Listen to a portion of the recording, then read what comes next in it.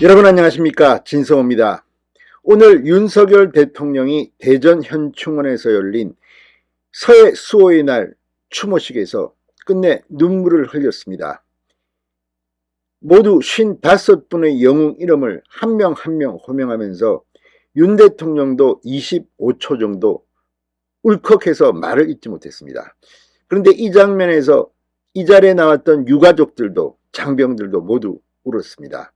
자, 오늘 이 자리에 나온 유가족들 중 눈길을 끄는 분이 있었습니다. 바로 윤청자 여사입니다.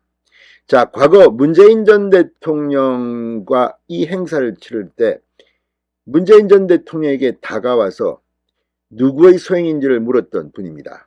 또 김정숙 여사가 끌어안으려 해서 내가 밀쳐냈다, 이런 인터뷰로 유명한 사람입니다.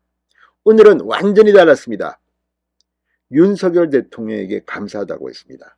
자, 오늘 서해 수호의 날 기념식, 정권이 바뀌었다는 것, 그리고 대한민국이 이제 정상 궤도에 올랐다는 것을 보여줬습니다. 진성호의 직설 시작합니다.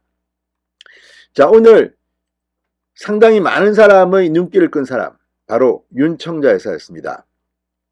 고 민평기 상사, 천안함 폭침 전사자 민평기 상사의 모친입니다. 이 윤청자 여사는 그동안 정말 애끓는 마음을 문재인 정권 때 이야기했지만 그때마다 번번이 상실감을 느꼈다고 했습니다. 그런데 오늘은 달랐습니다. 윤청자 여사는 정말 감사하고 또 감사했다는 말을 했습니다. 기념식에서 윤석열 대통령이 전사한 용사들을 일일이 호명한 데 대한 소감을 이렇게 밝혔습니다. 아들의 억울함이 조금 풀어지지 않았을까 생각한다고 말했습니다. 윤청자 여사는 지난 2020년 현충원 묘역을 참배하는 문재인 전 대통령에게 다가가 대통령님, 천안함 폭침이 누구 소행인가 말씀 좀 해달라고 호소해서 언론의 스포트라이트를 받았던 그런 분입니다. 중앙일보와의 통화에서 윤 여사는 윤석열 대통령이 한 명도 빠짐없이 다 불러주셨다, 가슴이 울컥했다, 숨진 이들을 위해 최고의 대우를 해주셨다고 말했습니다. 이른바 롤콜입니다. 현직 대통령이 서해 수호 55인 용사들의 이름을 일일이 부른 것은 처음입니다.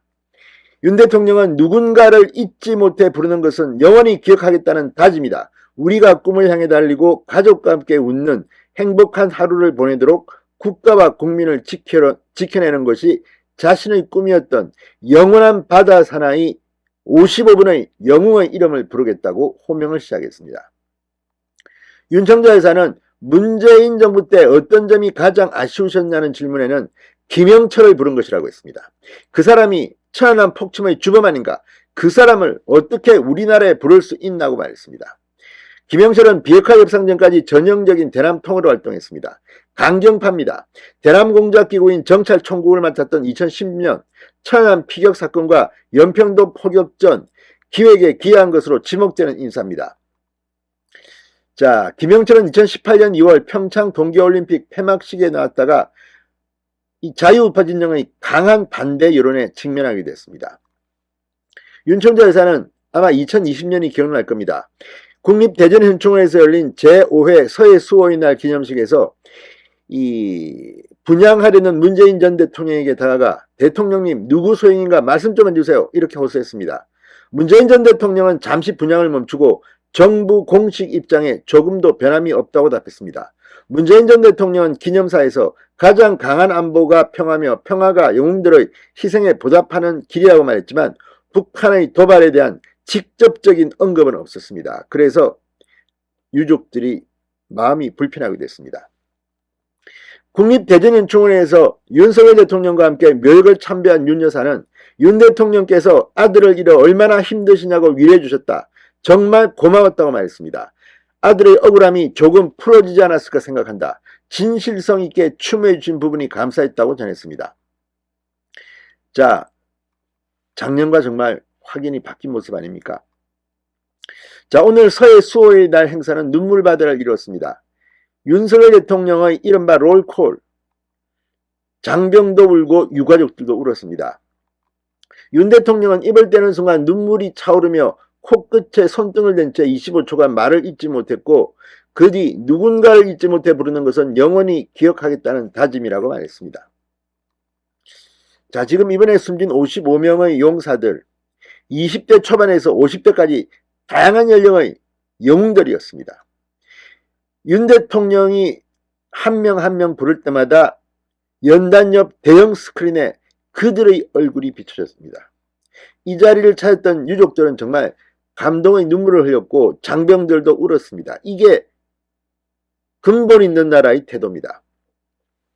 십수년의 세월이 흘렀습니다. 그렇지만 슬픔은 언제나 그 자리에 있습니다.